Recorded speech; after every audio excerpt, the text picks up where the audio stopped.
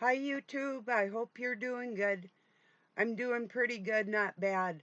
I thought I was going to be making a video in the dark. Our lights had been out for, about an hour and a half maybe.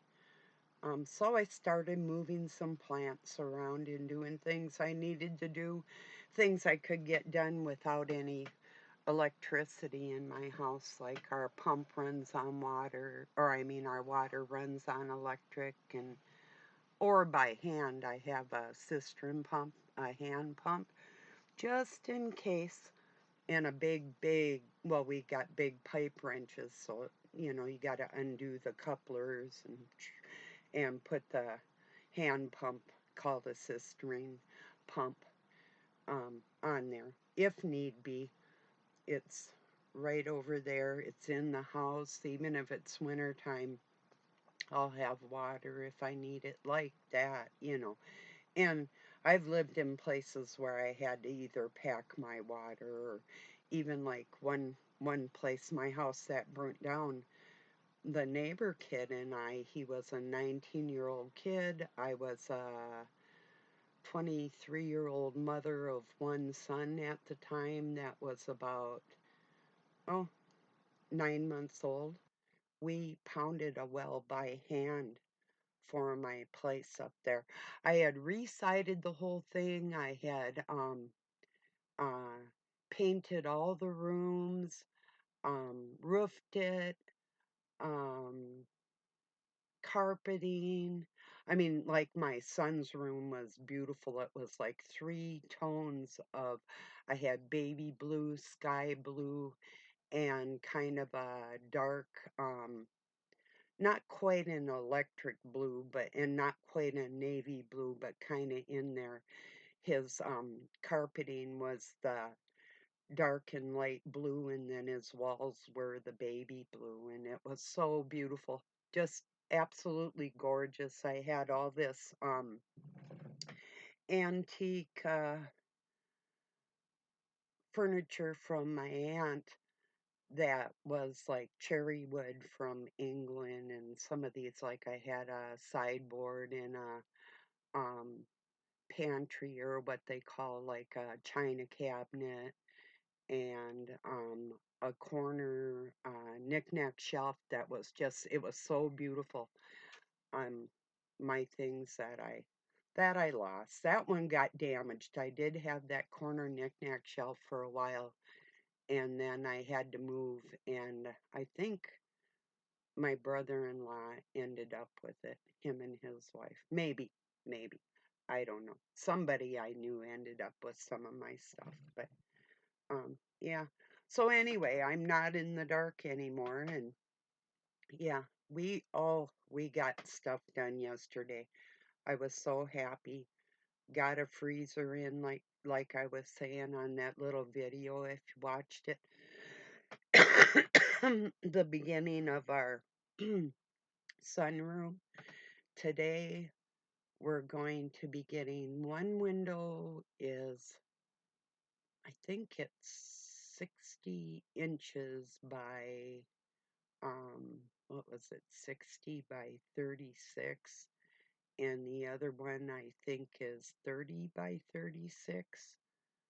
So those are firm. Like the little one's gonna go on the north facing side, which would be a rather cold wall. It's gonna be all insulated in there too.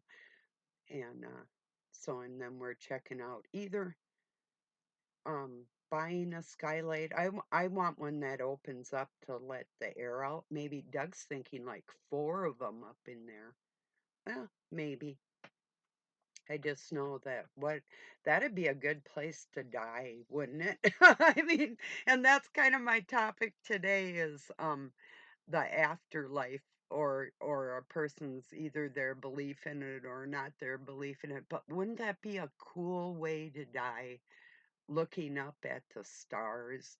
Um, I was going to say, be my luck, it'd be a cloudy day. Nah, I can envision myself sitting like I want to get one of them swings, like a glider swing or, like patio furniture type of stuff. I want like a, um, oh, they're called, what are they? Just a minute, like a barista set. It's a little tiny small round table with two higher chairs, maybe made out of plastic, but maybe wrought iron. I'm not sure. It won't be wood because I'm going to have a lot of moisture in there because of the plants that I want to have in there. So we'll just see how that goes. But I need some way to regulate the temperature. So today, um, we're getting them two windows, and there's a small gas heater that we're gonna put in there. So and I'm gonna put the thermostat. Well, I want to put it in the house, or you put it up higher.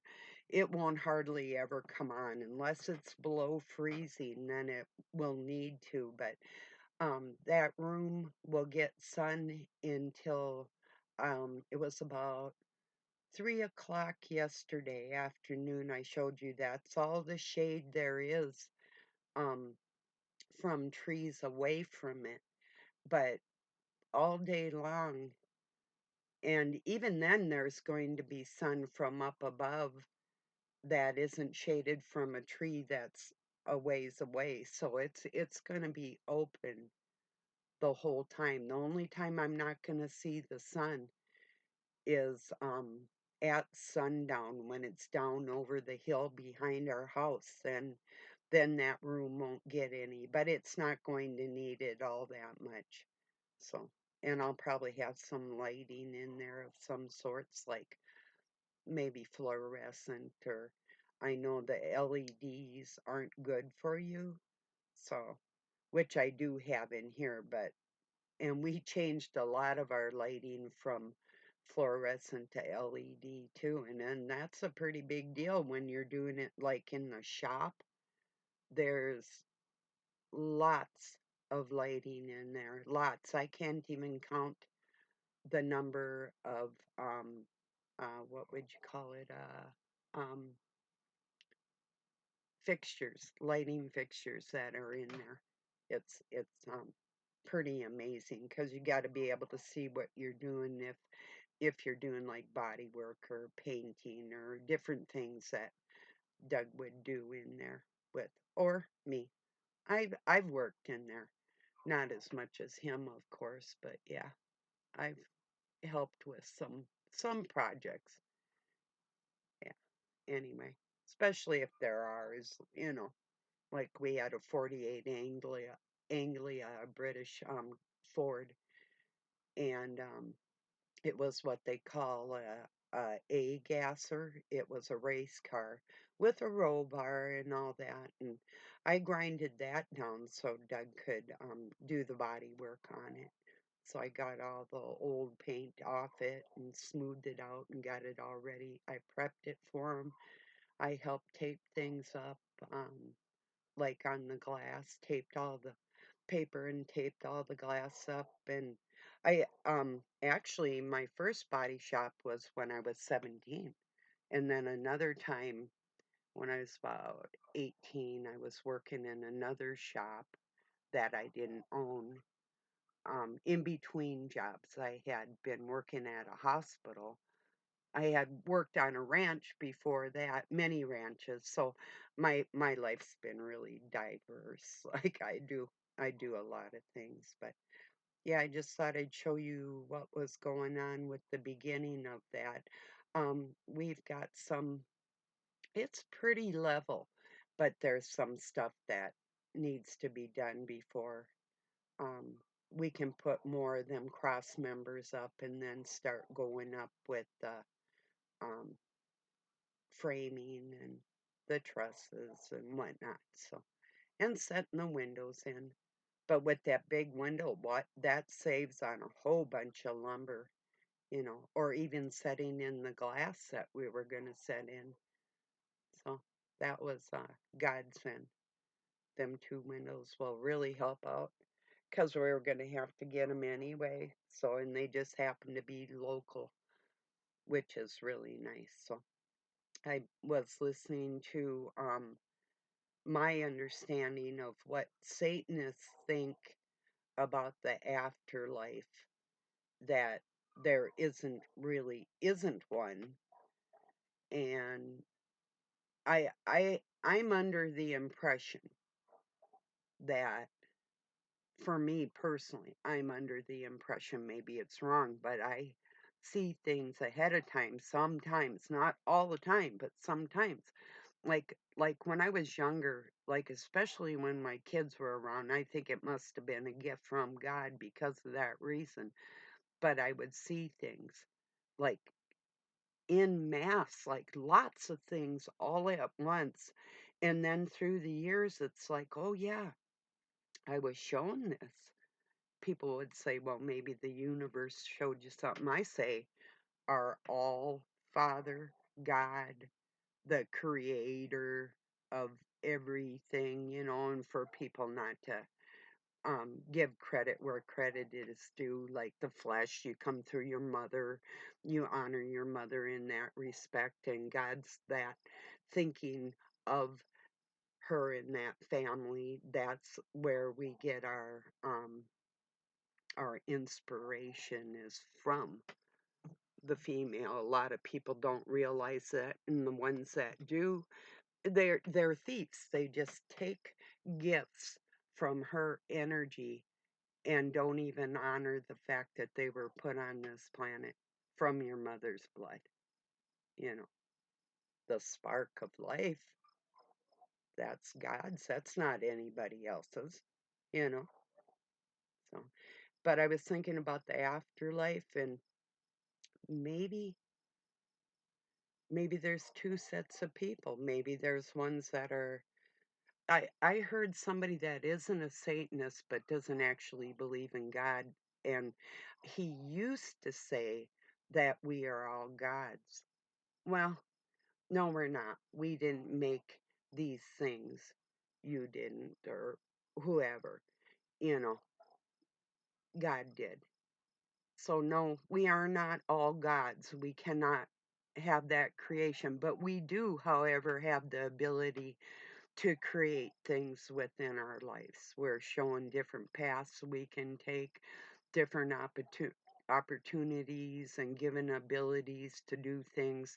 So then I heard him say last night, I'm not going to name names because I like this person. A lot of people come down on him for the way he dresses and different things in his life. So I'm just not even going there. So, maybe sometime I will, but for right now. And he changed his tune to, we're gods in the making with the ability to do things on this earth. Yes, absolutely correct. And we still have a father that created us, and he has a wife. And until people get that straight, you probably aren't going to graduate. You know, it's understanding where your energies come from, who gives you those gifts, and honoring that fact. So,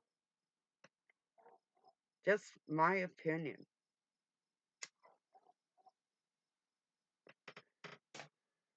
Anyway, it's like I told people, it's not that reading the Bible is bad. It's a beautiful book.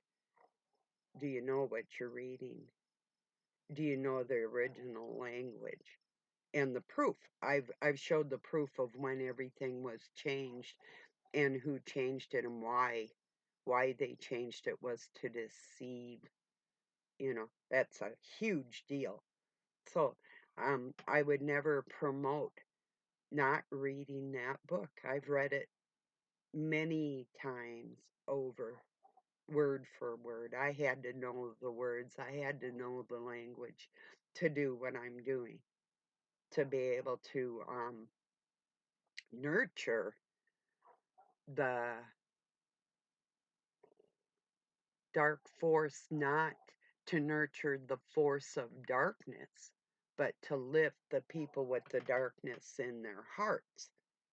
That's what I do best. If they're susceptible. If they're just cold and they're cruel, calculating, manipulative type people, there's nothing I can do there, you know. But if a person honestly is just kind of hurt or bitter or actually injured in this world, I can probably bring a smile to their face in some way. I'm good at that. So, but yeah. So yes, I want people to read the scriptures. I just want them to understand what language that they should be read in if you want to get what was written at the beginning and understand who wrote it. Like I heard somebody quoting that um, Jesus had written some letters. No, he didn't. Paul wrote the letters to the churches. Paul never even met Christ. Paul said he met Christ on the road to Damascus in a vision. He never ever physically met him, and Christ never ever put anything down on paper in his own words. Other people did. So I'm just saying, I'm just telling you the facts, and people still want to know what was Jesus. The name specifically Jesus, not Christ, not Christos, not Messiah. I am talking Jesus. What was Jesus doing in a park with a naked boy and a bandage on his privates when he was arrested saying he wasn't a pirate child trafficker? That's what people want to know. What was he doing with the naked kid? With the medicine on a bandage on his penis, like the rabbi do after they either circumcise or if a child was castrated. And who was the little boy? These are the things we're digging into the scriptures that we want to. I want to know it. I want to know who was that little boy that was naked, and there were children in that park with him. Who was that little boy? Yeah.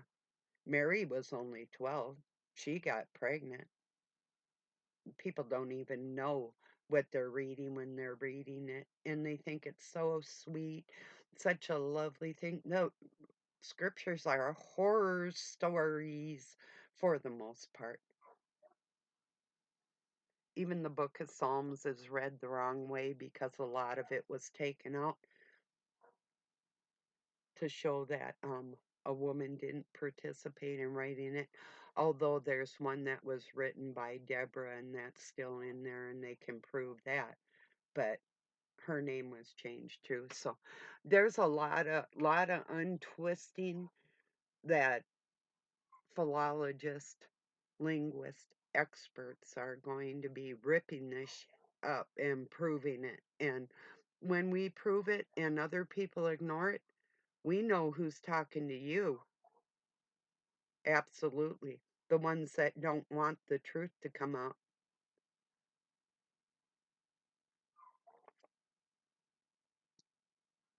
So, yeah.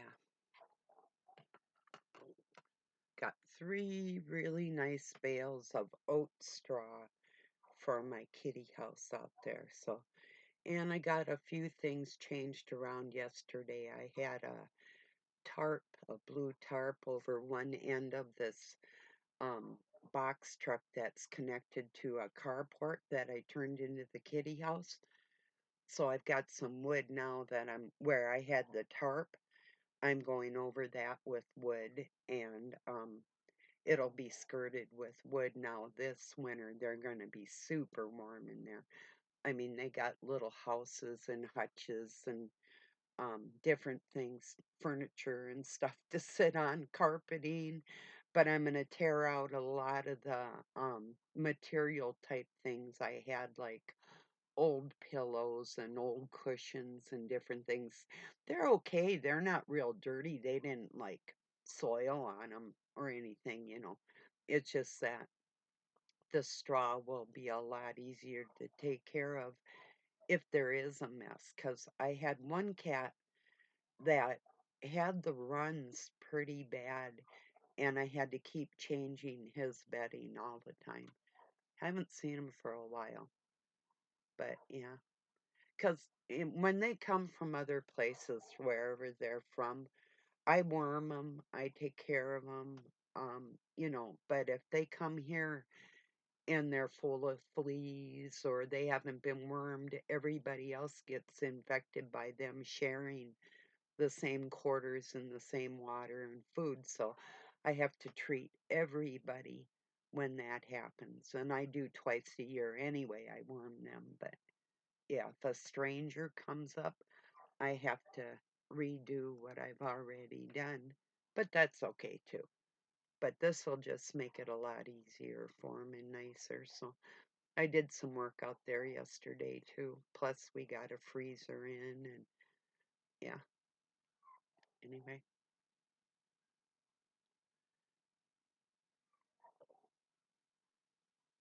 yeah.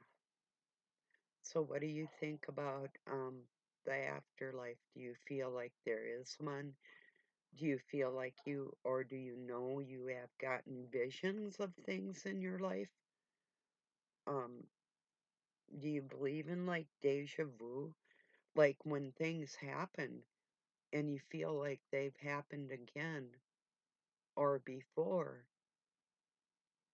you know, that's nothing short of a miracle, actually, if we believe in any kind of miraculous things on this planet. I do. And I try not to get too sad because just when I think things won't work out, things work out better than I hope for sometimes. I think staying in a yeah, positive frame of mind. I'm also one where like I had a video about a few weeks back or something to like cuss once a month, you know. I'm not saying cuss somebody out or swear at them or whatever, but maybe if they deserve it, it's not going to kill them, is it? Yeah. Would you rather tell somebody to F off or have something physical happen? Not that I'm giving anybody that type of choice or anything, but that's the way it makes you feel and it's not even a matter of frustration. How a person acts could be just that. It may not be as may not be like if somebody's acting mean, maybe they're actually really not mean at all. Do you ever meet like, oh, I knew a couple people like this. They would act like just mean, but then you could get in there and draw the sweetness out of them. I don't know if you're gifted like that. I think maybe. Or there's people that I can be mean too. Maybe they saw my mean side and they said, "Hey, I can relate to her. She's not covering up when she's pissed off. She's going to say something, you know? And why should you have to cover it up?" You know, all these things in the scriptures that are not true. You were never told to turn the other cheek, but you're going to be told you were. It doesn't mean, okay, yeah, the God of the Old Testament, eye for an eye, tooth for a tooth, baby. So what changed? You know, that what changed somebody that either never really got beat up enough or more than once or thinks it's okay for you to turn your cheeks because why? Because God's going to be your retribution. So if that were the case, we wouldn't need any courts in the land at all. We'd just all be getting our asses beat, and these monsters out there doing everything to anybody could get away with it. And we wouldn't have to worry about a criminal justice system. We could just sit back and watch our children getting violated and not say a thing about it.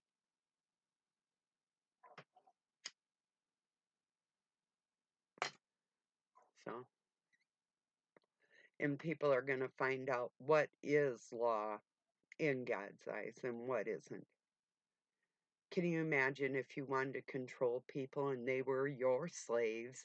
And there's people that read, well, just say they live in Jerusalem. That's just one place, but would consider you a slave and tell you you have to turn the other cheek. It's right in there.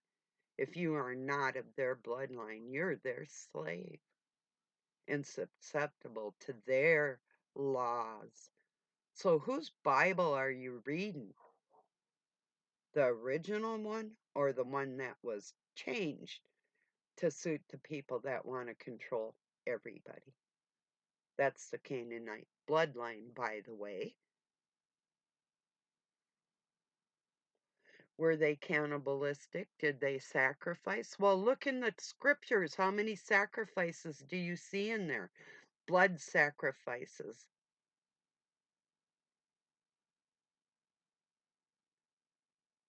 Really? Or that the book of Revelation was actually the first book? Imagine that in the scriptures. And you're not going to be told that. You're going to be told Deuteronomy or the 5 books of Moses, which is actually 8 books. That's going to be coming out into the light too. What's in them 3 missing books, right? These things are important.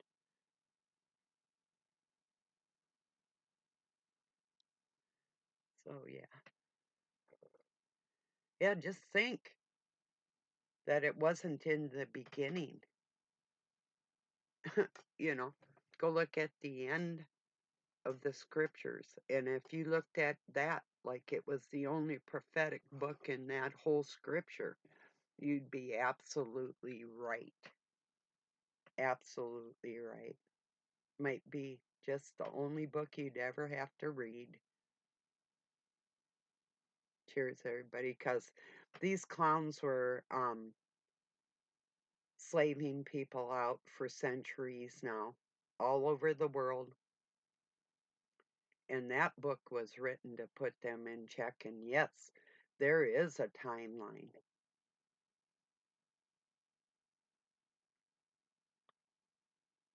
Raise your hand if you felt like you've lived before. A lot of people believe in reincarnation, but then the Christian church is going to tell you that's not a real thing.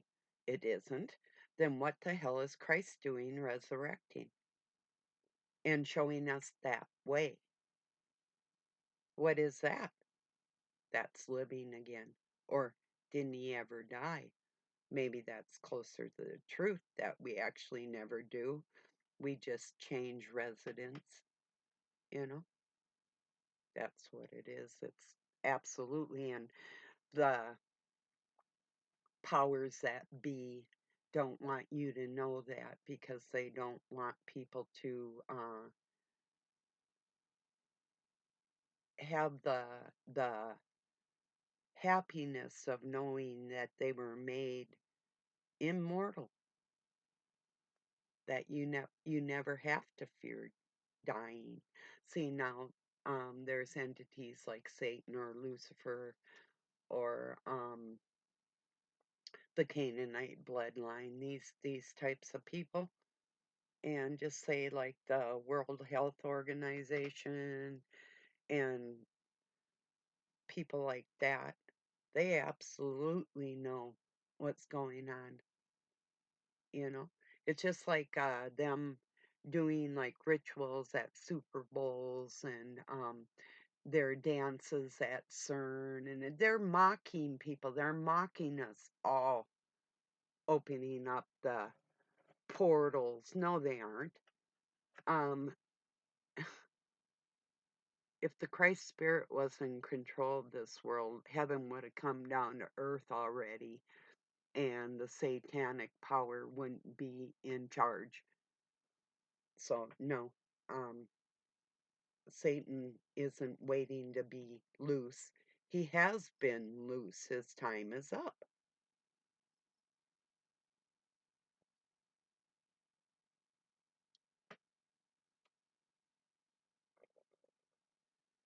Well, I'm going to get this uploaded. I wanted to talk about that a little bit, see where people feel. How do you feel with the thought of an afterlife? Do you feel like you lived before? Do you feel like you're going to live again? Or maybe, like I think, there's two groups of people, and the ones that don't feel like there's an afterlife, maybe there isn't. Maybe their soul doesn't have that spark that it should have, because there is a part in the scriptures that describes empty vessels, soulless, meant to be destroyed in these times. So I don't know. So I guess it doesn't really matter who they are or what they say. But if you hear them saying it, you might want to make the distinction of what I'm saying. Is afterlife real or isn't it? And does it matter what we do on this planet? Whether we act with integrity and truth or not? Because if you feel like you're not going to live again, you might be more susceptible to doing things that maybe you ought not do, you know, shouldn't do, that type of thing. So, okay, everybody, I appreciate you joining me. Peace and love from Pine City, Minnesota, USA. Have a good night or day wherever you're at.